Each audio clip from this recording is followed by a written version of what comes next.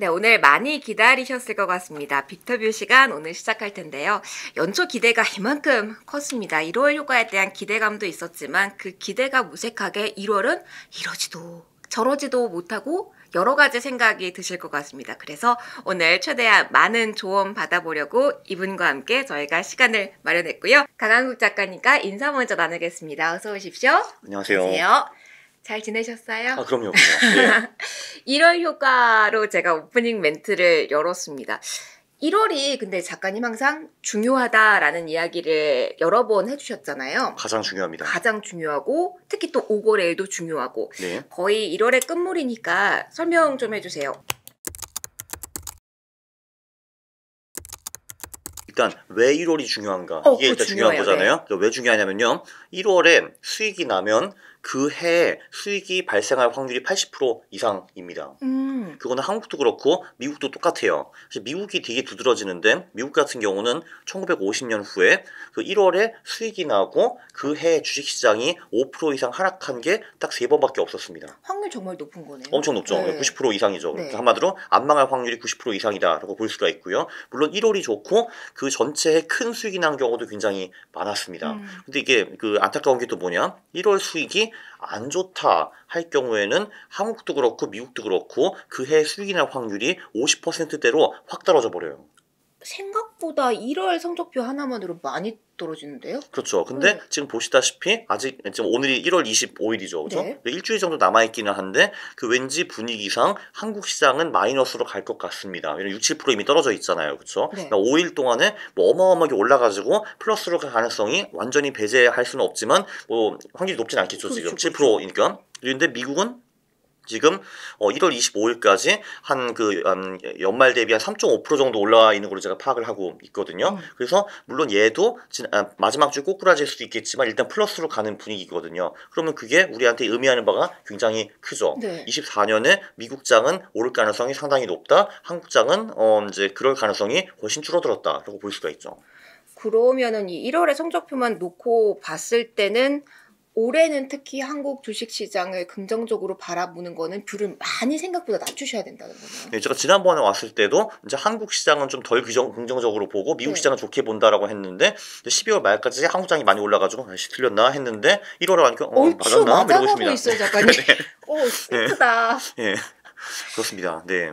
그러면은 한국장에 대해서 1월 성적표가 이렇다라는 특징과 올해의 투자 포인트로 가지는 특징이 2024년에 또 특별히 또 있을까요? 한국은 또 이제 총선이라는 친구가 있는데요. 아. 그 이 총선이라는 친구 전 6개월, 후 6개월이 보통 수익률이 상당히 안 좋았습니다. 한국 같은 경우는. 그러면은 여러 가지 다 변수를 합쳐보면 올해는 한국은 네, 그 점점 더 어려워 보이는 게 사실입니다. 그리고 네. 그게 있잖아요. 또 24년에 선거가 76개 있다라고 하더라고요. 그러니까 전 세계적으로. 저는 뭐 대만, 뭐 우리나라, 미국 뭐 이렇게 했는데 76개요? 네, 그 대만 이미 치렀는데 그 결과로 사실 살짝 좀 별로 안 좋고요. 우리한테. 네. 그리고 그렇죠. 미국이 가장 큰 거고 한국도 당연히 크죠. 우리가 한국에 있으니까. 근데 그거 말고도 EU도 의회를 뽑고요. 영국도 선거가 있고 일본도 있고 그리고 인도, 파키스탄 얘네들도 이제 사실 바로 라이벌 국가이기 때문에 이제 어떻게 될지 모르겠고 그리고 러우 둘 다 선거가 있습니다. 물론 러시아는 푸틴 아저씨가 이기겠죠. 이렇게 말해도 되겠죠 아마 그죠? 근데 우크라이나는 또 모르잖아요. 근데 그렇죠, 거기서 그렇죠. 누가 되느냐에 따라 가지고 전쟁 그림이 어떻게 될지 또 결정이 되기 때문에 그런 문제도 좀 있습니다. 네. 변수에 대한 이야기도 저희가 뒤편에서 조금 더 이야기를 나눠볼게요. 일단은 한국장에 대해서 그리고 미국장에 대해서 이야기를 조금 해주셨는데 그러면 미국장만 놓고 본다면 긍정적인 시각을 가도 될까요? 그쵸.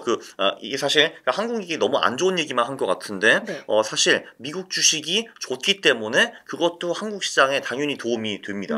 왜냐면 일단 미국 시장이 망하면 한국 시장도 무조건 같이 망하거든요. 100% 확률로. 근데 미국 시장이 일단 좋으면은 얘가 그래도 한국 시장을 어느 정도는 캐리를 해줄 거기 때문에 그런 긍정적인 효과가 있고요. 네. 미국에서 가장 키워드는 요번이 재선해라는 겁니다. 그러니까 대선해도 맞는데 그 재선해요. 아마도 지금 있는 대통령이 다시 출마하는 거거든요. 네. 이건 굉장히 중요합니다. 왜 중요할까요? 그러니까 이게 내가 이제 바이든이면은 4년 했는데 4년 꼭 더 하고 싶잖아요. 그죠. 그리고 저 트럼프 같은 사람한테 별로 지고 싶지는 않을 거거든요. 질 수 없다. 그렇죠. 그럼 어떻게 하시겠습니까? 지난번에 엄청 잘 연설을 해주셨는데요, 그때. 예.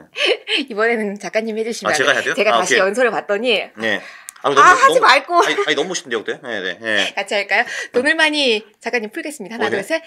풀겠습니다. 풀겠습니다. 풀어. 그죠? 예, 그죠? 예. 예, 그러면 이제 제가 바이든이면은 일단 파월을 좀 불러가지고 우리 금리 인하는 게 좋지 않겠느냐 이런 식으로 이제 넌지시 설득을 좀 할 것 같고요. 네, 그리고 그 이제 관료들을 불러가지고 우리 돈을 좀 푸는 게 어떻겠습니까 할 것 같거든요. 그쵸. 그래서 할 것 같아요 그거를. 그러면은 그러니까 미국 경제가 당연히 가장 큰 수혜를 받을 거고요. 근데 뭐 그 수혜가 이제 딴 나라한테도 조금 오기는 하죠. 네. 근데 물론 미국보다는 수혜를 덜 받을 거기 때문에 그러니까 미국 시장처럼 이제 그렇게 엄청 화려할 것 같지는 않죠. 한국 시장이. 네. 근데 그래도 긍정적인 팩터는 맞긴 맞습니다. 네. 그러면 미국 시장도 요즘 보시는 네. 지금의 1월의 분위기가 2월에도 이어질지 궁금합니다. 사실 과매수 구간이다. 라는 이야기도 있어서 그러면 어떻게 저희가 투자 전략으로 활용을 좀 할 수 있을까요? 그게 장기적이랑 단기적 측면으로 좀 볼 수가 있는데 네. 장기적으로는요. 그 나스닥도 그렇고 S&P 500도 역대 최고치를 돌파했을 때 그때 사면은 1년, 2년, 5년 후에 왔을 때 수익이 되게 좋았어요. 네, 근데 그걸 또 굉장히 긍정적인데 그리고 올해는 또 그 재선해이니까 재선해도 보통 1년 내내 오르기는 하는데 네. 근데 재선해는 보통 2월 15일부터 3월 말까지 조정장이 오는 경우가 지금까지 상당히 많았습니다. 그 1980년 후에 7번 중에서 5번 정도는 그 구간 2월 15일부터 3월 30일까지 조정장이 왔어요. 그러면은 숏을 가야 되나요? 단기적으로? 그러니까 근데 숏을 할 때 중요한 거는 그 할 때는 꼭 그 한 달만 해야 된다. 그 후에 다시 오르니까. 근데 이런 분들이 되게 많아요. 그러니까 숏을 딱 갔거든요. 배팅을 했어 2월 15일 날. 네. 한 달 후에 보는데 그 제 전망이 틀려가지고 계속 올랐어요 나스닥이. 그럼 이런 분들이 되게 많아요. 아씨, 야 그래도 팔 수 없지. 본전은 가야 될 거 아닌가라고 생각하는데. 그거 강력하죠. 근데 그건 진짜 위험하죠. 진짜 위험하죠. 왜냐면은 사업부터 쫙쫙 더 갈 가능성이 높으니까. 예. 그래서 만약에 숏을 하신다 하면은 3월 중순이나 말에 무조건 포지션 청산. 돈을 벌었든 못 벌었든 그게 제일 중요한 것 같아요. 왜냐하면은 미국 시장은 장기적으로 숏하는 시장은 절대 아니다라는 겁니다. 예. 그러면 그게 단기적으로 정말 마음을 확실하게 먹고 내가 이익을 봤던 아니면 손실 구간이든 과감하게 거기서 정리를 할 수 있어야 들어갈 수 있다. 그렇죠. 그리고 난 그거 도저히 못할 것 같다 하면 하지 마세요. 예. 하지 말고 차라리 기다렸다. 그냥 그쪽 아니면 그냥 3월 말에까지 현금 보유하고 그때 매수를 하시든지 그것도 방법인데 근데 이제 내가 숏 포지션을 들어가가지고 그때는 죽어도 청산 못할 것 같아 손실 보고 네. 그럼 하지 마세요. 예. 미국 소형주 투자 이야기도 작가님 해볼게요. 수익률 괜찮았다라는 이야기를 해주셔서요. 지금이라도 포트에 비중을 넣어도 되는 건지 궁금해요. 미국 소형주요. 보통 이제 소형주가 대형주의 절대 우위를 잡는 기간은 보통 2월 15일까지예요. 예. 그러니까 이제 한마디로 네. 그 후에도 좋기는 좋은데 이제 뭐 대형주 대비 엄청 초과수익이 나거나 이제 그런 건 기대할 수가 없고 네 그래도 물론 저는 당연히 소형주 포지션도 어느 정도 가져갑니다. 예. 그러면 미국 주식에 만약에 투자 비중을 본다면 지금은 어떻게 좀 꾸려가야 되는 건가요? 미국 뭐 소형주 퀀트도 보시는 분도 계시고 뭐 러셀도 보시는 분들도 계시고 이쪽에 관심 많으신 분들도 계시지만 대형주만 하시는 분들도 계셔서 지금은 어떤 게 매력적일까요? 저는 사실 뭐 S&P 500, 나스닥, 그 뭐 러셀 그리고 그 밑에 있는 그 마이크로 주식 소위 네. 이제 좀 작은 소형주 다 좋다고 봅니다. 근데 2월 중순부터 3월 말까지는 이 모든 곳에서 조정이 올 수 있다라는 거죠. 네. 그러면은 그때가 오히려 작가님 올해 포트 구성을 미국 주식에 함에 있어서 기회가 될 수도 있을까요? 그렇죠. 뭐 3월 중순이나 말에 이제 들어가는 것도 방법이 될 수 있겠죠. 보통 미국에서 계절성 흐름 중에서 가장 중요한 사이클이 고 4년 대선 흐름입니다. 그러니까 그 선거 사이클 흐름입니다. 네. 그래서 그걸 잘 봐야 되는데 그나마 올해는 재선을 노리는 현 대통령이 있다라는 게 그래도 긍정적인 측면으로 그렇죠. 왜냐면 어떤 대선이냐면은 이제 있던 사람이 8년 하고 이제 물러나가는 대선도 있거든요. 그거는 아닌 거죠. 그거는 이제 오픈 필드라고 해가지고 새로운 2명이 오잖아요. 네. 그럼 기존 대통령 입장에서는 솔직히 누가 들어도 상관없잖아요. 나 아니니까. 나는 할 일 다 했고. 난 할 일 다 했고 네. 이때는 내가 굳이 연준과 정부를 불러가지고 우리 돈 좀 풀어야지 이런 거 굳이 안 해도 되거든요. 그때 비극적인 해가 많았죠. 2000년, 2008년 뭐 이럴 때. 예. 그렇죠. 물론 안 비극적인 해도 있었는데 네. 그 이렇게 이제 오픈 필드라서 2명의 새로운 그러니까 인간이 나왔을 때 주시장이 망가진 사례가 꽤 자주 있었습니다. 네. 그렇군요. 정말 이 계절성과 변수 타이밍은 저희가 꼭 확인을 해야 될 것 같아요. 국내 시장에 대해서 뷰를 살짝 작가님 이야기를 해 주시기도 했지만 그러면은 이런 분위기를 저희가 최대한 활용할 방안은 없는지도 궁금해서요. 코스피 2400선에서 개인 투자자분들이 뭐 레버리지, 인버스 투자 비중이 상당히 높아졌다라고 하더라고요. 정말 레버리지와 인버스면 어떤 사람은 크게 올라간다고 베팅한 것도 어떤 사람은 내려간다고 베팅한 거예요. 그렇죠. 이 지수에 대해서는 물음표가 강하게 붙은 네네. 상황인 거죠. 예. 그런 상황에서는 저희가 어떻게 해야 될까요? 사실 잘 모르겠으면 투자를 안 하는 것도 굉장히 훌륭한 방법이고요. 저 네. 어디서 작가님 인터뷰를 봤는데 네. 여러 가지 올해 투자 뭐 비법을 알려주시면서 네.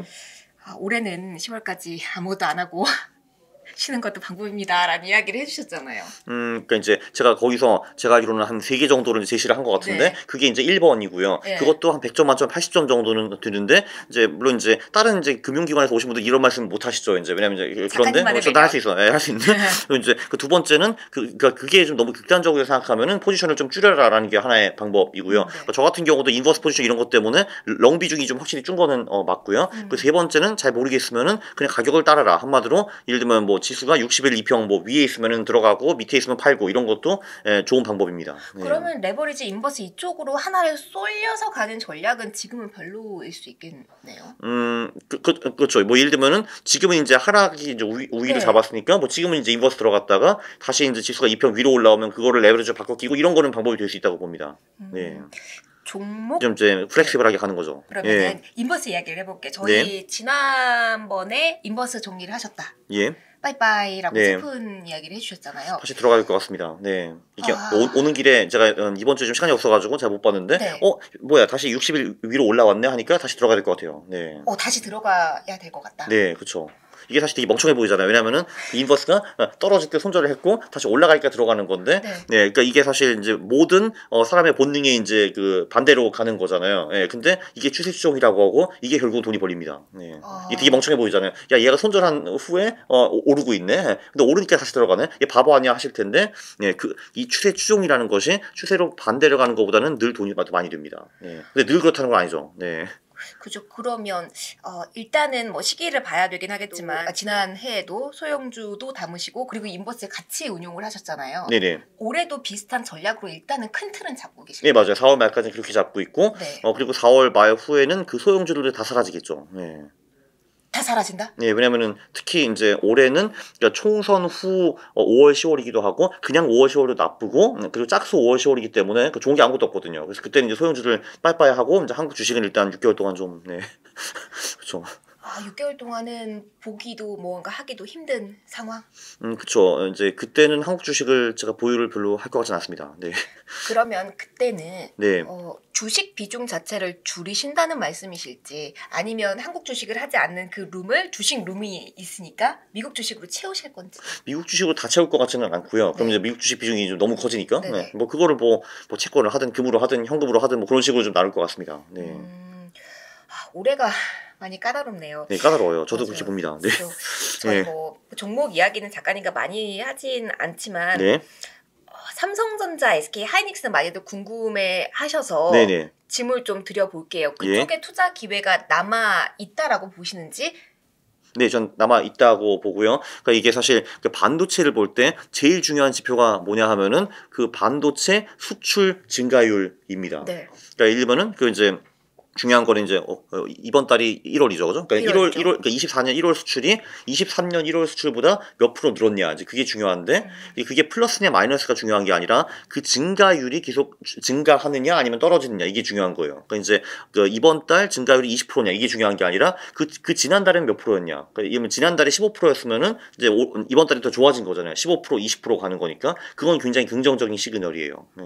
그래서 그게 그게 이제 2달 연속으로 증가율이 더 좋아지면은 그때 매수하는 전략을 썼으면 우리가 23년 3월에 들어갔을 거거든요. 네. 근데 보통 그때 들어가면은 삼성전자랑 하이닉스로 평균 한 80% 정도 벌 수가 있어요. 근데 우리가 23년 3월에 들어갔다고 치면은 삼성전자가 그때부터 80%가 아니라 20%도 안 올랐거든요, 사실. 그래서 거기는 아직 좀 상승할 룸이 좀 남아 있는 것 같고, 하이닉스는 상대적으로 좀 많이 올랐어요. 그 23년 3월 대비. 제가 알기로는 뭐 그래도 50% 60% 오른 것 같은데, 그래서 거기는 더 이상 먹을 룸이 좀 적다라고 볼 수 있습니다.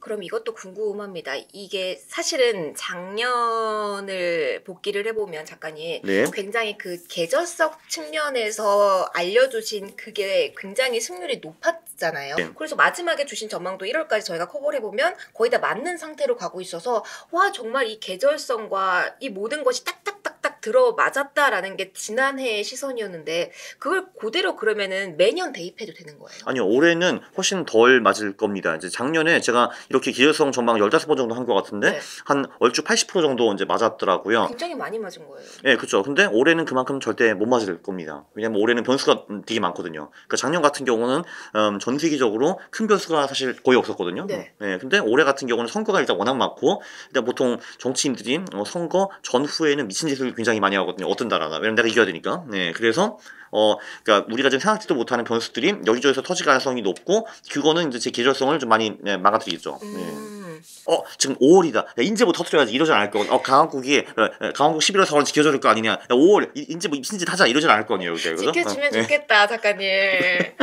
지켜줘서 11월 4월 이거 지키고 싶은데 지난해 네. 작가님과 함께 하시면서 와 맞았다 이 보는 또 재미가 있었잖아요. 네, 예. 반대로 뭔가 해볼 수 있는 대책이 있었으면 좋겠는데 그러면 그렇죠.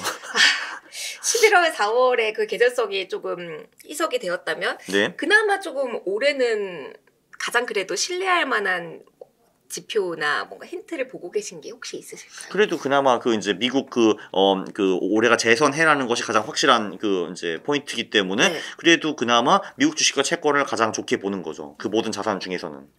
네. 그리고 코인이 있죠. 네. 그리고 코인 있고 네. 코인 이야기 조금만 있다가 집중해서 할 네, 겁니다. 코인 할 겁니다. 코인 네. 할 겁니다. 기다려주세요.